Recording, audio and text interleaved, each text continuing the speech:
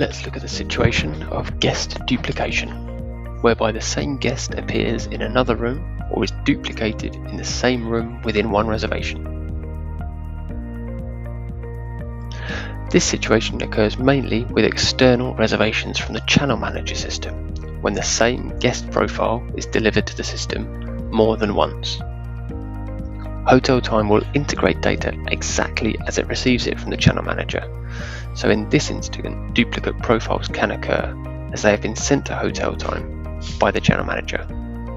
However, if someone tries to manually insert the same guest profile into the set reservation, the system will not allow it. Correcting this situation is very simple. It is very easy to verify if there is a duplicated profile. You can do so from the profile detail.